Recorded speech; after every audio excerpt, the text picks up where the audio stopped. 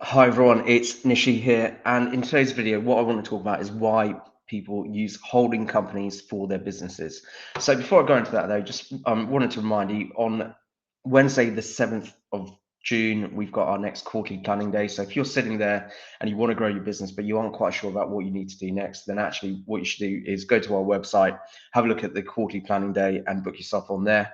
And then when you leave that day, you'll walk away with many more business connections and also a solid plan of what you need to do next to grow your business. And also, while you're on our website, naccounting.co.uk, we've got loads of other really good content there as well. So let's talk about this video. Okay, why do people have holding companies for their businesses? Okay, well, this comes down to tax planning. And the main reason for that is, let's say you've got a husband and wife and they earn the same amount of money from their company, then you don't need a holding company because the husband gets paid, the wife gets paid at the same time. They both have the same amount of money. They both want to earn the same amount of money because before they go into high rate tax, they can earn the same amount. So they earn the same amount to use up their personal allowance. They earn the same amount to go into before they go into the high rate tax. They might stop taking money out after that, or they might not earn enough to take money out after that. And ultimately they've both been paid the same and they're both within the basic rate, which means they're not paying that expensive higher rate of tax. Let's think about it in a slightly different scenario. That husband and wife, or let's say it's not a husband and wife, let's say it's two friends running a business together, and let's say one of the friends has other forms of income outside of that business that they're running together, right? They might have rental profits of like 20 grand a year coming in, whereas the other friend who's the other partner in that business might not have any other income at all.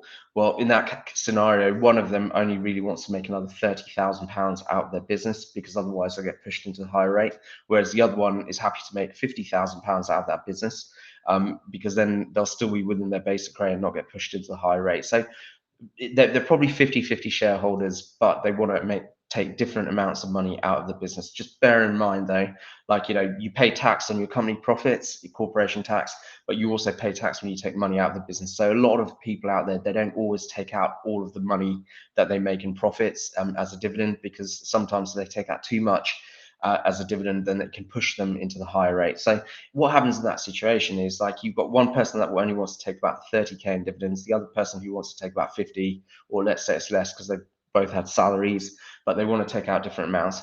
But they can't do that because they've both got the same type of shareholding. So if one person takes a certain amount of dividend, the other person's got to take the same amount. Yeah, you can use things called dividend waivers, but I won't go into that now. And it's, in the long term, it's not a solution. But the other, so they both have to take out the same amount, but they want to take out different amounts. And that's where the holding company comes in, because when you have a holding company, what happens is you don't own your shares in that main company yourself. What you do is you own this holding company, and this holding company owns the shares in that main company. What does that mean? Well, intercompany dividends are tax free.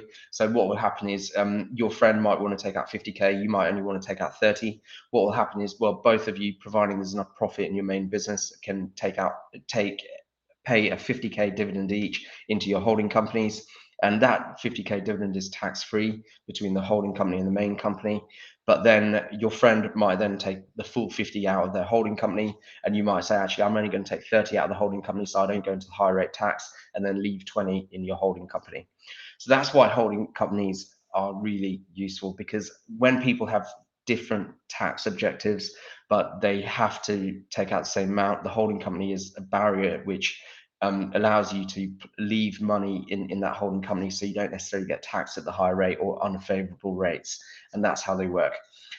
So if you're thinking about that, you might need a bit more information about this, and you might be in that kind of situation I just described, then it's definitely worth getting in touch.